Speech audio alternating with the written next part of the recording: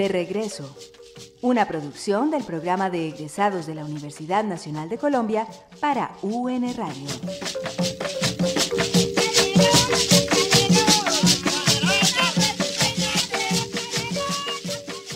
Bienvenidos a De Regreso, el espacio radial del programa egresados de la Universidad Nacional de Colombia, sede Medellín. Hoy nos encontramos con Diego Alejandro Ortiz Mejía, egresado de nuestra universidad, ingeniero físico. Diego, buenas tardes, ¿cómo estás? Buenas tardes. Diego, nos gustaría que nos contaras de dónde eres y tu espacio familiar, cómo es, básicamente. Comencemos con eso, por favor. Bueno, yo soy de Medellín. Mis padres, como casi todos los padres de muchas personas de Medellín, vienen de afuera, entonces, pues de fuera de Medellín. Mi papá es de Guarne, mi mamá es de México. Antioqueños. Confluyeron en la ciudad. Mi papá es sociólogo, fue profesor de la Autónoma Latinoamericana en el área de humanidades, y mi mamá trabajó en el magisterio, en las escuelas especiales del municipio. Diego, tú eres ingeniero físico. Sí. ¿De dónde viene, por qué escogiste estudiar ingeniería física? Mira, la cuestión partió de un error. El error fue elegir la carrera simplemente porque el paso siguiente era terminar el grado 11 y comenzar la universidad. Entonces fue una elección ligera y primero elegí ingeniería de sistemas. Curiosamente, cuando entré en ingeniería de sistemas me comenzaron a hablar de lenguajes de programación. No tenía ni idea que era un lenguaje de programación, porque estaba con cero información acerca de lo que realmente quería. Y en ese espacio, ya estando en la universidad, tuve la oportunidad de comenzar a buscar programas que me gustaran. No solamente aquí, sino en otras universidades busqué como programas, miré los pensum, hablé con personas. Y lo que encontré fue una gran posibilidad en la carrera de ingeniería física, porque en el pensum estaban materias de biología, de química, de matemática y de física. Y siempre fui muy apasionado por esas áreas. Y me gustaba el hecho de que pudiera tenerlas todas en un solo espacio, que confluyeran en una sola carrera. Diego, dos preguntas. La primera, ¿no tuviste en el colegio la oportunidad de tener una asesoría al respecto sobre la carrera que querías escoger? ¿Qué sucedió? ¿O si la tuviste? Y sí, cuéntanos. Bueno, lo que pasa es que en el colegio son muchas las inquietudes, entonces yo quería hacer de todo. Entonces, por ejemplo, como me gustaba mucho escribir y leía con frecuencia, entonces quería algo que se acercara a eso. Entonces tenía muchas ideas acerca de lo que quería. Y yo creo que a esa edad hay demasiadas luces, demasiados caminos, y vos elegís, y a veces elegís bien y a veces elegís mal. Yo siento que no es que no hubieran guías, ¿cierto? O que no existiera como personas que acompañaran, sino que al final la elección la haces vos y vos te puedes equivocar en la elección. Perfecto. Entonces comienzas, habías elegido ingeniería de sistemas y en el transcurso de ese primer semestre sentiste que no era lo tuyo. No. Entonces, ¿tuviste alguna asesoría en la universidad para descubrir eso? ¿O fue una búsqueda personal? Uh-huh. Nos comentabas también que eliges ingeniería física por el tema de las ciencias, básicamente. De las ciencias. ¿Hay alguna influencia de los padres? O sea, nos contabas que tus padres son docentes, ¿cierto? O fueron docentes. ¿Hay alguna influencia en esa parte ahí del estudio? No, la influencia por parte de mis papás es la lectura. Mi papá es un hombre que permanentemente yo lo veía leyendo y escribiendo. Entonces no era ni siquiera que él me dijera leer o escribir, sino que era cuestión de ejemplo. Y el área de las ciencias fue a través de una profesora de colegio en décimo que me marcó mucho. Y fue a partir de ella que a partir del apoyo de ella, comencé a acercarme mucho a esa área, a estas áreas. Entonces fue desde el colegio. Nos comentabas de tu papá es un hombre que lee mucho. Sí. ¿Cuáles son tus pasiones? ¿Qué te gusta? A mí me gusta mucho el cine. Soy fanático del cine. Yo siempre estoy pendiente de producciones de películas nuevas de X directores. Y siempre trato como que estar muy al día con eso. Me gusta mucho la literatura, pero... Permíteme un momento, el cine. ¿Lo del cine lo descubres aquí en la universidad, en el bachillerato? ¿Dónde descubres el cine lo descubro aquí en la biblioteca. ¿En la biblioteca? ¿Cómo fue eso? ¿A través de qué espacios? ¿Qué espacio viviste en la universidad, en tus estudios, que logras descubrir esa pasión? La ventaja de los huecos, ¿cierto? Entonces en los huecos me iba para la biblioteca y comenzaba a elegir películas, y por ahí comencé a ver películas de Herzog, director alemán, y me comenzó a gustar. Incluso siendo películas que a veces son muy lentas, tenían un contenido que me ponía pues a volar la imaginación. Y a partir de eso entonces ya comencé a acercarme a frecuentar los espacios de cine que habían en la universidad, y había un canal que lamentablemente ya no está pues en la dentro de la programación de los canales de cable, que se llama Europa. Entonces tenía una programación muy buena de ciclos de directores europeos, y después van llegando otros directores, comencé a ver muchos directores coreanos, japoneses, y así fue ampliando como el horizonte. Comencé con el cine alemán y terminé viendo un montón de cine, y es un cine que a mí realmente me parece muy interesante, es porque yo venía acostumbrado a la lectura y a los cuentos, sobre todo a los cuentos, me gustan mucho los cuentos, y vi la posibilidad del cine de seguir viendo historias, que es lo que me interesaba a mí, conocer historias. Me detengo en una parte ahí. Normalmente en la universidad creemos que, y sobre todo en la Universidad Nacional, pensamos que no nos quedan espacios o huecos como acabas de mencionar.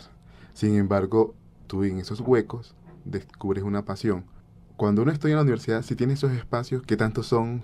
¿O uno mismo se lo busca? ¿O cogías pocas materias? ¿Cómo fue eso? Háblanos un poco como de... Por ejemplo, al inicio cogía las materias completas, más o menos como hasta el quinto semestre. Y obviamente llevar las dos pasiones es muy complicado en ese tiempo, ¿cierto? Y entonces recuerdo que en el quinto semestre yo tuve un lapso de tiempo, me salí y comencé a trabajar en un colegio. Y cuando regresé al colegio, entonces yo dije, no, pues yo quiero tener todos los espacios, ¿cierto? Para hacer las cosas que me gustan. Entonces, por lo general, desde el sexto semestre en adelante cogí una materia menos. Y eso me abrió la posibilidad de llevar las dos cosas a la par. Seguir leyendo, seguir viendo cine y seguir con la carrera. La pasión y la carrera. Sí. Nos comentabas también que otra pasión es la lectura. Háblanos un poco de ello, o sea, ¿qué lees o qué leías? Yo comencé leyendo novelas, pero me tuve que pasar al cuento, y fue por una cuestión de tiempo. Se comenzó a volver muy frustrante leer novelas porque siempre había que dejarlas paradas en algún momento y tener que volver a retomarlas, y cuando las retomabas tenías que volver unas 2-3 páginas atrás, entonces eso era a paso de caracol que sube y baja. Entonces encontré en el cuento una posibilidad de poder terminar la lectura. Entonces llegar a la casa después de un día en la universidad, coger un cuento, leerlo en 20, 30, 40 minutos y saber que te lo terminaste. Entonces me volví muy aficionado al cuento por esa posibilidad que me permitía de terminar la lectura. ¿Algún autor especial? Me gustan mucho los autores rusos, Chekhov, y particularmente me considero pues cortasariano. Me gusta mucho la literatura de Cortázar, los cuentos de Cortázar. Bueno, Cortázar se distingue o se recuerda mucho por la parte narrativa, pero también hay una parte que es de poesía, ¿cierto? Sí. ¿Alguna poesía en especial o no, que recuerde? No, yo con Cortázar siempre estoy enfocado con el cuento. Yo tengo que aceptar que a mí la poesía siempre me dio duro.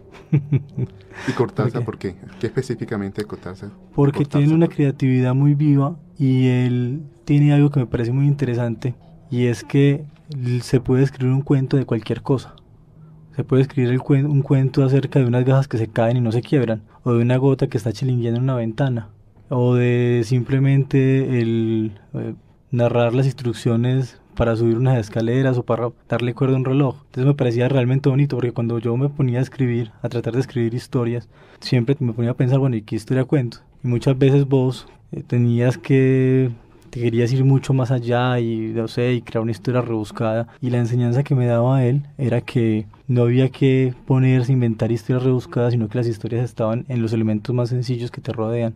Eso realmente era lo que me parecía impresionante de la literatura de Cortázar, encontrar historias en cualquier cosa que sucede alrededor, las cosas más sencillas.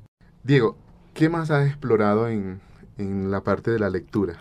Bueno, además de ser un lector asiduo de Cortázar, me ha gustado ciertos autores, por ejemplo, Saramago, parece un autor genial, y en esas búsquedas que he hecho en la biblioteca de pasar por los pasillos y mirar cualquier autor sin tener ningún tipo de evidencia anterior acerca de la existencia de él, encontré escritores que me impactaron. ¿Cómo cuáles? Hay un francés que se llama Boris Vian, murió muy joven. ¿Qué te impactó de...? Bueno, una de las cosas que me gustaba dentro de la biografía que estaba en el texto, y por eso que leí el libro, era que el tipo era de todo. Entonces el tipo era dramaturgo, el tipo era escritor, el tipo era chef, era un hombre muy integral. Y a mí esa idea de poder tener la posibilidad de conocer acerca de muchas cosas siempre me atrajo. Y no perder como no porque estés formándote en algo, perder la posibilidad de tener un mundo superior a eso que te está ofreciendo la universidad en la parte académica, sino aprovechar esas otras opciones. Entonces llegué de esa manera a Boris Vian, un libro que se llama La espuma de los días, y comencé a leer de él y una literatura, unas historias muy locas, muy bonitas, y de esa manera como me aferré a ese escritor, comencé a leer otras cositas de él, como Otoño en Pekín, que es un libro de cuenticos. Y así me he ido yendo, muchas veces simplemente no, sin tener ningún tipo de evidencia de los autores, me he acercado a algunos. Has explorado. Sí. Bueno, nos contabas al principio de tu inicio en ingeniería de sistemas, es un punto crucial ahí, cambias de carrera, pero ¿qué sucedió en el quinto semestre que nos comentabas hace un momento? ¿Qué pasa ahí? ¿Por voluntad suspendes? ¿Qué sucede? Bueno, resulta que la carrera de ingeniería es una carrera en Colombia relativamente joven. La nacional estaba como desde el 98 y creo que la Universidad del Cauca en Colombia estaba unos añitos antes, pues, pero no mucho, creo que un año antes del 98. Entonces, no solamente en la carrera de ingeniería física, no solamente en la carrera de ingeniería física, sino en muchas carreras ya se está presentando de que las posibilidades laborales cada vez son más reducidas. Entonces a vos te entra el diablito de, bueno, ¿y qué va a pasar conmigo cuando me gradúe? ¿Qué voy a hacer? Y pues yo ya tenía muy claro que me gustaba la docencia, pero más allá de dar clases a los vecinos del barrio, pues no tenía un ejercicio en esa profesión, y en ese espacio tuve la oportunidad de salir de la universidad, trabajar en un colegio aproximadamente un año, y marcar mucho más mi perfil, es decir, esto es lo que yo quiero hacer, esto es lo que yo me veo haciendo. Entonces ya cuando ingreso a la universidad ya me quito los miedos, porque en esa etapa hago dos cosas. Uno, tengo el empleo de docente en un colegio, y dos, comienzo a trabajar dictando clases particulares. Entonces comencé a tener un sueldo bueno para alguien que no se había graduado, muy por encima, pues estaba haciendo para ese entonces alrededor de 2 o 3 salarios mínimos sin tener un título. Entonces dije, bueno, de hambre no me